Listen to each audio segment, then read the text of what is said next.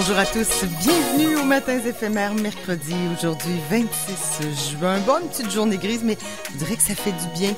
On va sentir que l'humidité va tomber un peu. Une belle émission à vous proposer. Je m'appelle Caroline Stephenson et on est ensemble, enfin je l'espère, pour les 2 prochaines heures. Georges Gaumont, on est mercredi, nous parlera des législatives en France. Eh ben oui, avec Georges, vous le savez, vous dites pourquoi l'Afrique noire, on parle d'Afrique, pourquoi les législatives en France? Ben on va se poser la question, puis vous me voyez venir, hein. Quelles conséquences pour les Noirs, pour les Arabes aussi en France, dans la personne éventuelle, dans la perspective d'une victoire de Marine Le Pen et de la droite extrémiste, je l'ose le dire, parce qu'on veut atténuer le mot extrême, là, mais ça reste que, puis les gens l'oublient un peu, mais ça reste que c'est quand même l'extrême droite. Alors, quelles seront les conséquences? Puis les politiques aussi extérieures, hein, de la France vis-à-vis ses anciennes colonies. Alors, est-ce que peut-être que ça créera un détachement. On verra ce que Georges en pense. Alors, on écoute Berries le temps que Georges s'installe, mais il est déjà pas mal installé et on lui parle dans quelques petites minutes à peine.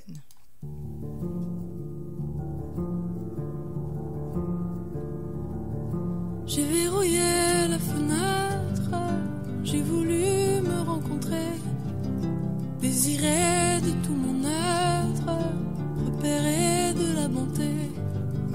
J'ai essayé de m'attendre, j'étais toujours à l'aller. Je renaissais de mes cendres et retourne me brûler.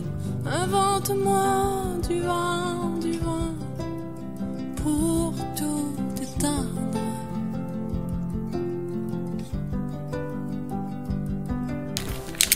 Voilà, c'était Berries. Et Georges est avec nous, Georges Gaumont. Bonjour, Georges. Bonjour, Caro. Merci d'être avec nous en studio. Écoute, c'est un bonheur, toujours, d'être en studio. C'est toujours tellement agréable de se jaser. Absolument. Parfois même de sujets moins agréables. Moins agréable, mais c'est l'actualité. Voilà, comme on dit avec Raymond Côté, voilà, on peut pas faire les autruches puis se mettre la tête dans le sable. Il faut bien comprendre les grands enjeux de ce monde. Absolument. Et oui, notre chronique, habituellement, c'est les chroniques d'Afrique noire, mais c'est pas sans lien, hein, on regarde l'Afrique noire et en dehors de l'Afrique aussi. Exactement. Hein, alors c'est pour ça qu'on va faire un tour du côté des législatives en France pour voir en Europe, la Front National qui est en tête, là, la droite extrémiste. On peut dire ça comme ça, même s'il y en a qui le voient moins extrême que d'autres. Ça reste que... Bref, ils sont en tête et nous, on va regarder avec toi quelles conséquences d'abord peut-être pour les Noirs et les Arabes en France, là, dans cette perspective éventuelle d'une victoire de Marine Le Pen. Puis aussi peut-être se demander qu'est-ce qui arriverait à la relation France-Afrique. Ben oui, absolument. Qu'est-ce qui pourrait arriver avec la relation France-Afrique? Alors, bon, les sondages donnent Marine Le Pen en tête. Est-ce que c'est une bonne chose pour les citoyens noirs français? Ou les Arabes aussi, les Arabes aussi, les Arabes parce que l'immigration de la France, quand même, c'est un peu tout ce monde-là. Les Maghrébins, mais qui sont... oui, mais il faut, cette immigration ne tombe pas du ciel comme ça. La France a été une puissance colonisatrice. Exact. Ça a colonisé, on connaît la France en Algérie, hein. Voilà la guerre d'Algérie jusqu'en 62. C'est quand même avec les Arabes, il faut le dire. Et quand, à la décolonisation, la France a été sommée de rentrer chez elle, écoute, les Arabes qui l'ont soutenu, les Harkis sont revenus avec lui. Et puis les rapports sont restés quand même avec l'Algérie et les autres pays africains. Et puis ils ont une langue en commun. Une langue en commun et tout cela. Il faut d'abord dire quand même que c'est le Front National. Le Front National, il faut que les gens comprennent d'où vient cette idéologie-là. Le Front National a une tradition qui est très très très longue, très longue. On peut même la dater depuis les années 1920, 1930, avec l'extrême droite déjà qui est déjà en place à cette période-là, avec ce qu'on appelait à l'époque l'action française. Bon, allons à grands pas, il faut dire que aujourd'hui, quand on parle du Front National, on voit Jean-Marie Le Pen, le père, le fondateur. Oui, c'est... Oui, à l'origine, c'est parce que Jean-Marie Le Pen, c'est depuis la fondation du Front National, c'est 1972, Caro. 1972 jusqu'à assez récemment, jusqu'à 2011, avec le père Jean-Marie Le Pen, qui aussi a fondé le parti avec les nazis. Il faut le dire quand même aussi. D'où c'est un parti l'extrême droite. C'est pas des conservateurs banals. Non, c'est pas des conservateurs banals. T'as su bien le dire. C'est pas des conservateurs. Ils sont des conservateurs, mais pas banals. Ce sont des nationalistes aussi. Hein, c'est du populisme aussi. Il faut voir les partis populistes aussi. Voilà, qui surfent un peu sur la manipulation des populations sans prendre en ligne de compte les vrais enjeux. Quand on voit la France, les vrais enjeux, c'est quand même les rapports avec l'Afrique également sur le plan de l'économie, le plan de l'exploitation. On l'a dit et on l'a redit. Et quand on dit, écoutez, il faut renvoyer les Africains là où ils viennent, on parle de l'immigration parce que maintenant le jeune Bordela, il faut dire maintenant, tu as parlé de Marine Le Pen qui est toujours un personnage. Là pour revenir à Jean-Marie, alors il a fondé le Front National. D'accord. Non, ça s'appelait pas le Front National, le Rassemblement National. Non. Le Front National de Jean-Marie Le Pen. Jean-Marie Le Pen, c'est le Front papa National, le papa de Marine Le Pen. Et voilà, qui a été tassé. Qui a été tassé par sa fille en 2011. Sa propre fille. Voilà, c'était tassé par sa propre fille, qui s'est même insulté sa propre fille. et tout cela. Ça va des beaux soupers de Noël. Tout à fait.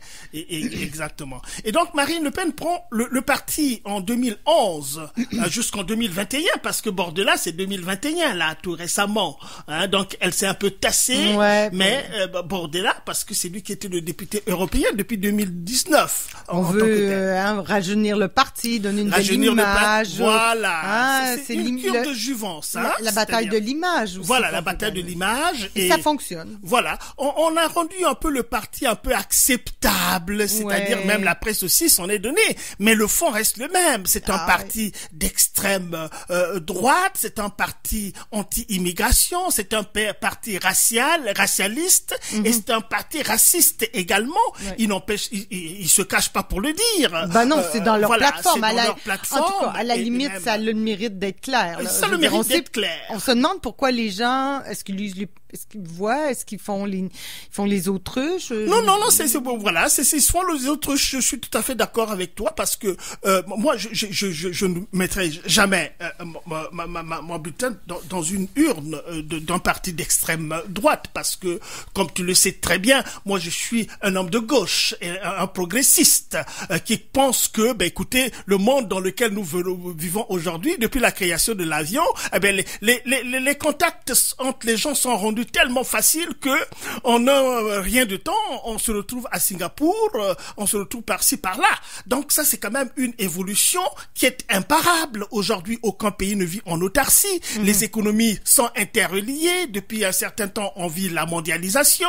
Donc, si on parle dans les partis d'extrême droite qui parlent de l'immigration comme étant le grand épouvantail qu'il faut nécessairement jeter par-delà, mais attendez, mais l'immigration, si c'est le déplacement d'un élément d'un point A vers un point B, mais il n'y a pas que les éléments, il n'y a pas que les êtres humains qui voyagent, Caro. Il y a aussi les matières premières qui voyagent aussi, qui voguent dans les eaux, dans le ciel. Il n'y a pas que il y a aussi les idées qui voguent aussi. Il y a aussi les maladies qui voguent aussi, la veille sanitaire et tout cela.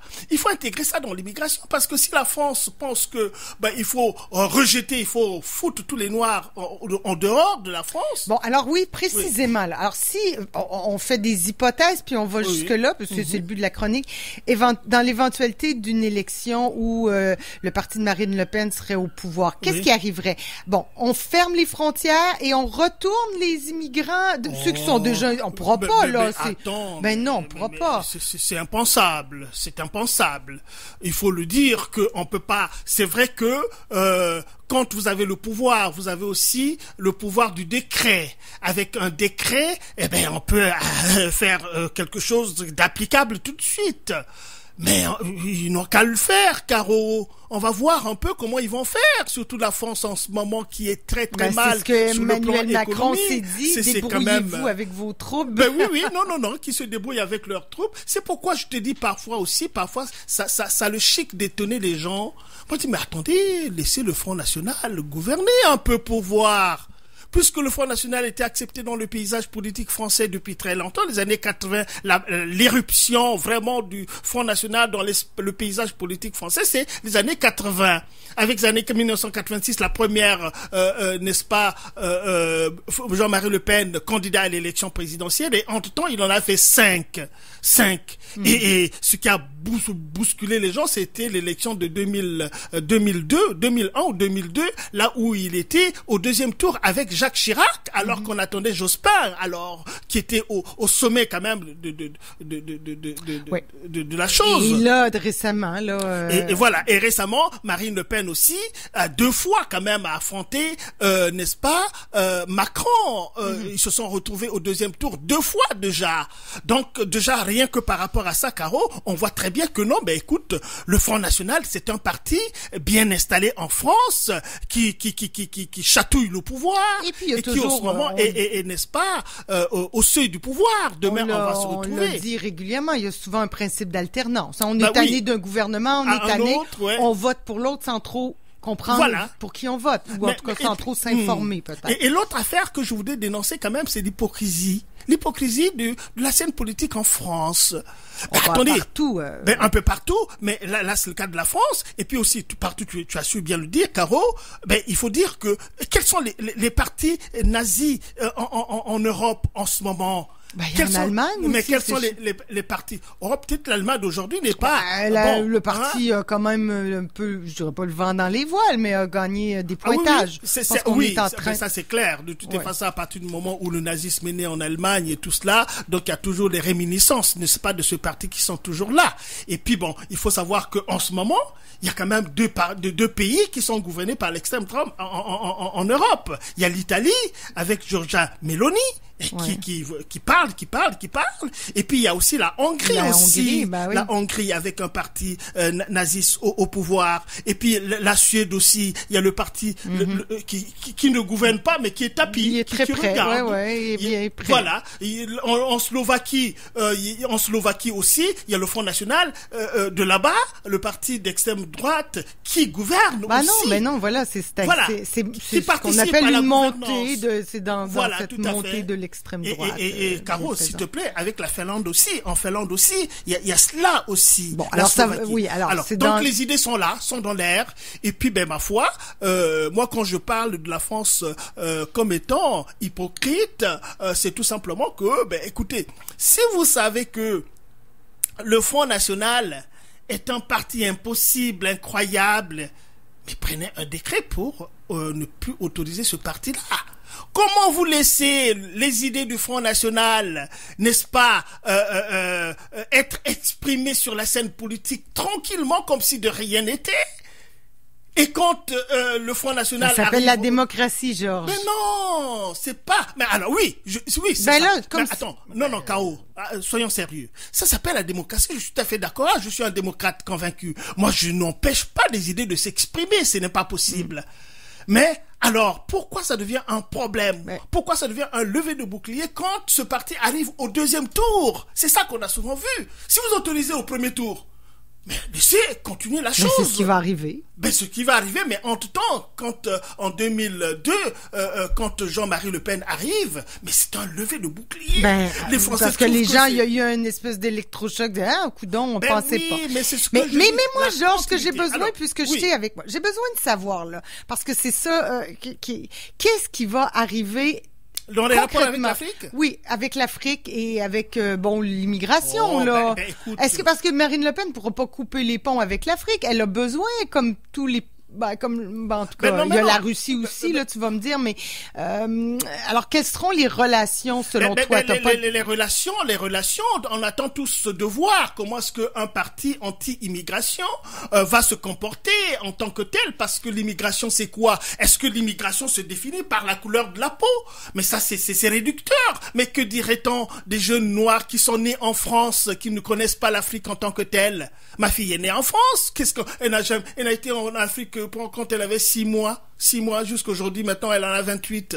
Alors, est-ce que on va voir ma fille comme étant une Africaine alors qu'elle est née en France, elle a des valeurs françaises, canadiennes et ainsi de suite? Ça, c'est quand même aberrant comme on disait tout à l'heure, on va quand même pas retourner les Noirs français avec nationalité française, on va quand même pas les retourner. Ben non. Avec les dictateurs, avec les relations France pays d'Afrique, est-ce que on va quand même exporter le pétrole, on va quand même c'est irréaliste, Caro. C'est irréaliste. C'est irréaliste. Qu'est-ce les qui gens est irréaliste? Hein? Qu'est-ce qui est irréaliste? Ce qui est irréaliste, on peut pas renvoyer tous les Noirs de France. Non. Donc c'est du populisme. La réponse est dans la question. Voilà, c'est du populisme, c'est la volonté de vouloir arriver au pouvoir. Et l'autre affaire, Caro, le problème c'est que c'est dans la tête des gens aussi. Quand, évidemment, le Front National a des voiles... le vent dans les voiles. Le vent dans les voiles, eh bien, tout le monde se croit tout permis en France.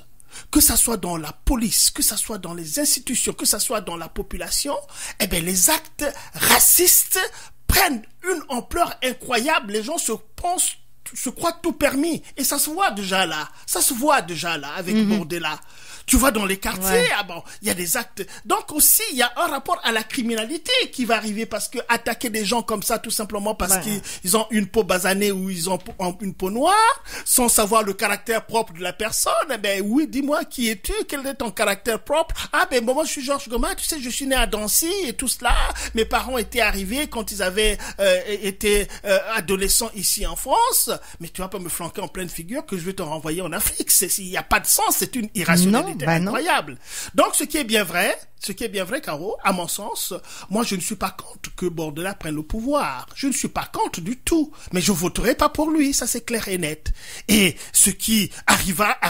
S'il il devient Premier ministre, c'est que les Français, dans leur majorité, auront choisi de le voir Premier ministre. Mais maintenant, il faudra qu'ils attendent les 5 ans pour voir ce qu'il va faire avec son pouvoir. Quand il aura chassé tous les Noirs, quand il aura chassé tous les Arabes. Parce qu'il n'y a pas que l'immigration, le problème. Là, tu sais, nous, c'est le sujet de notre chronique, mais il y a d'autres enjeux. Il y a d'autres enjeux économiques, évidemment. Il y a des enjeux. Mais comme si l'immigration était la source du mal. Oups, je pense que c'est pas normal. Alors là, je suis à l'antenne, c'est pas normal que. Alors, attends, je vais arrêter ça, je vais l'appeler un peu plus tard. Alors, comme ça, voilà. Je suis désolé. C'est les aléas du. Oui. Donc c'est ça, Caro. Mais il y a beaucoup d'autres enjeux aussi, hein. Il y a beaucoup d'autres enjeux. Il y a des enjeux comme l'éducation aussi, hein, parce que ils disent que écoutez, ils vont reprendre l'éducation. Sur je connais pas très bien le programme en tant que tel, j'ai pas regardé ça par rapport à ça. Écoute, moi ce qui m'intéresse beaucoup plus, c'est beaucoup, comme tu l'as dit, les rapports avec l'Afrique, parce que là c'est le domaine de l'économie, évidemment. Georges. Georges et la technologie. La technologie, on n'arrive pas à l'éteindre. Alors, je vais carrément arrêter cette affaire-là. Assis-toi sur ton dis donc, écoute. Je suis désolé. Nos auditeurs nous pardonneront pour ça. Voilà. On arrête ça. Bon, alors oui, on parle donc voilà, c'est ça fondamentalement sur le plan de l'économie. Parce que ce qui est bien aussi peut-être, c'est que Marine Le Pen en question a dit clairement que elle au pouvoir en rendrait aux Africains leur pleine souveraineté. Ce qui veut dire que on laisse la colonie, on laisse les Africains aux Africains. C'est-à-dire qu'on laisse l'Afrique aux Africains. Mais toi, ça, c'est quelque chose qui te plaisait, qui me plaît. Mais c'est-à-dire, oui, qui me plaît absolument dans le sens, évidemment, des échanges gagnant-gagnant, parce que une radioscopie de ces rapports avec l'Afrique, la France-Afrique, on a beaucoup parlé de la France-Afrique, c'est une série de relations vraiment quand même assez incestueuses avec l'Afrique, où évidemment la France soutient des dictatures et regarde pas le sort des populations en tant que tel. Donc voilà, à ce niveau-là, on peut pas comme ça penser que Marine Le Pen va pouvoir arrêter un peu avec l'exploitation des pays africains. Si Marine Le Pen arrive au pouvoir, il faudra qu'il arrive à mettre en pratique ce qu'il pense, ce qu'il dit aux gens. Hein? Voilà. Donc c'est cela. On va voir un peu Marine Le Pen ce qu'elle va faire avec son pouvoir. C'est bien de le chercher, mais on va voir ce qu'il va pouvoir faire. Hein? Arrêter avec tous les rapports avec l'Afrique.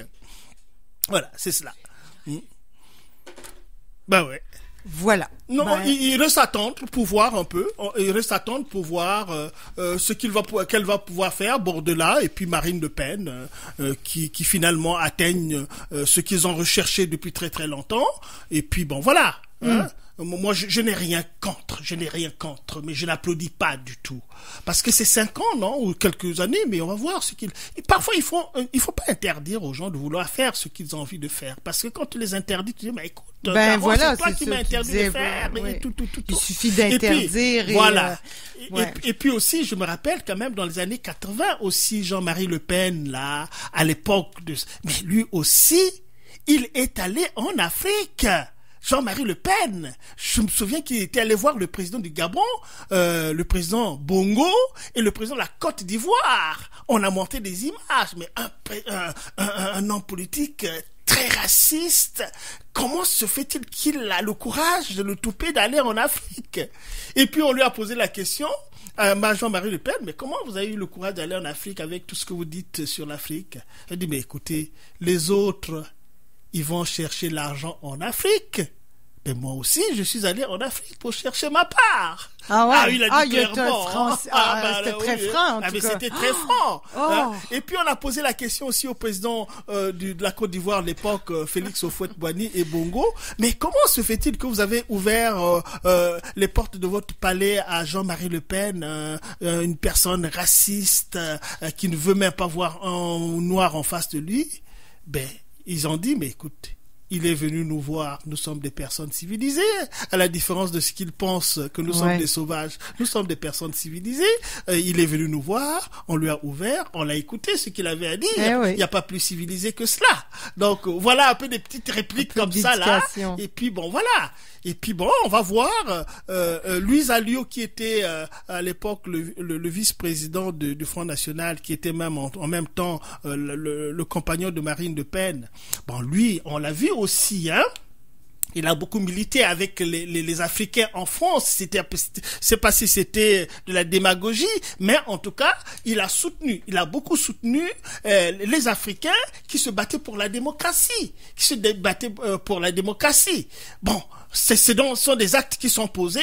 Il dénonce clairement ce que les autres ne font pas en Afrique, parce que la France-Afrique, c'est vraiment une réalité où on entretient un président africain qui reste 40 ans, 50 ans au pouvoir, alors qu'en France, les élites politiques ne font que circuler, et donc chaque président qui arrive veut entretenir le même président et sa famille. Georges, on verra qu'est-ce que au final la politique d'extrême droite en France fera pour la relation France-Afrique, et peut-être que, comme on dit, un mal pour un bien. Des fois, il y a une vieille expression.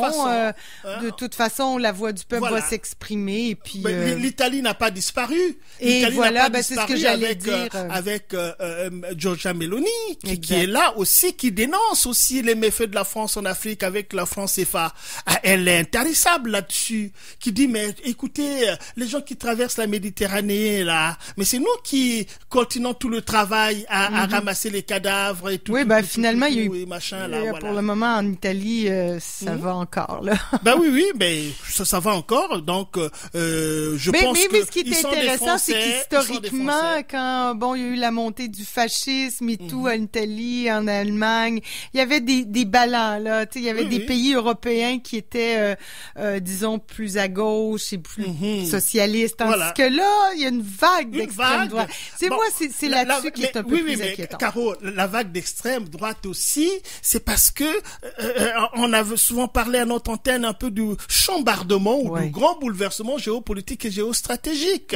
Et ce qui se passe en ce moment, ce n'est pas sans rapport avec la montée de l'extrême droite. Les Africains revendiquent aussi leurs matières premières. Ils disent très bien que au Mali, au Niger et puis au Burkina Faso, on a foutu la France dehors en tant que tel. Et ça, les Français n'ont pas encaissé cela, parce que, écoutez, les Africains, pour une fois, essaient un peu d'être eux-mêmes aussi, que donnez-nous la possibilité d'être nous-mêmes aussi.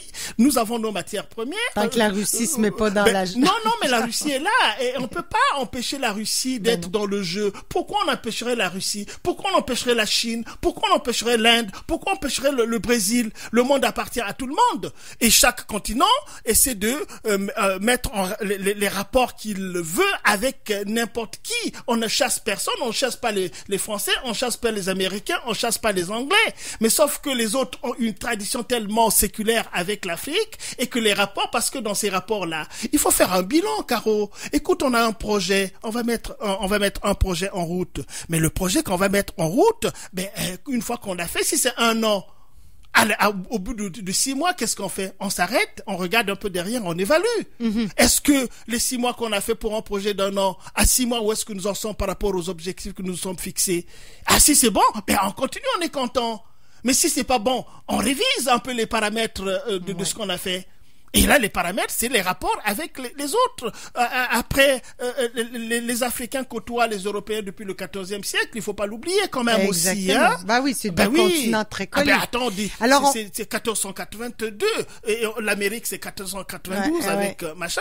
Donc il faut quand même le savoir. On va être fixé bientôt sur les résultats de l'élection. Ça déboule très rapidement. Ça va pas tarder. J'ai plus la date exacte, là, mais au mois de juillet, on sera fixé sur ce qui va avant les Olympiques. Avant les Olympiques, mais l'ambiance va peut-être être un peu plombée pour les Olympiques. Écoute, ça va être plombé, mais ça va se tasser. S'ils sont au pouvoir, ils vont faire leur politique et puis le ciel ne va pas tomber. Et les gens qui parlent de la guerre civile, mais pourquoi pas eu la guerre civile en Italie? Et pourquoi il y aurait la guerre civile en France? J'aime ton optimiste. Mais non, mais il faut, c'est ça. Il faut quand même que c'est un optimisme, mais c'est la réelle politique aussi, Caro. Qu'est-ce que vous voulez faire si les Français veulent voter Bordella? Vous allez les empêcher? Mais ils exercent leur droit démocratique, la liberté de voter qui je veux. Tant qu'on a encore la démocratie, ça c'est oui, mais il y a pas de raison tant que ces gens-là s'accrochent pas au pouvoir puis changent la Constitution. Mais si s'accrochent au pouvoir, c'est que les Français auront voulu qu'ils s'accrochent au pouvoir et que ce que le Front National ou l'Assemblée nationale va leur apporter du bien. On va le voir, c'est simplement donner, il y a une belle expression québécoise, on va terminer certainement par là, il faut donner la chance aux coureurs. OK. Merci. C'est bien québécois, non? Ça, c'est très... Oui, je pense. Mais je sais pas si en France, ils utilisent cette expression. Non. Alors, c'est québécois. C'est québécois, ça. C'est québécois. Très bien. Merci, Jean. On donne la chance au coureur. Merci beaucoup, Jean. C'était un plaisir. Prends soin de toi. Bon, restez là, Denis Lelièvre, dans quelques petites secondes. À tout de suite, de l'autre côté de la pause.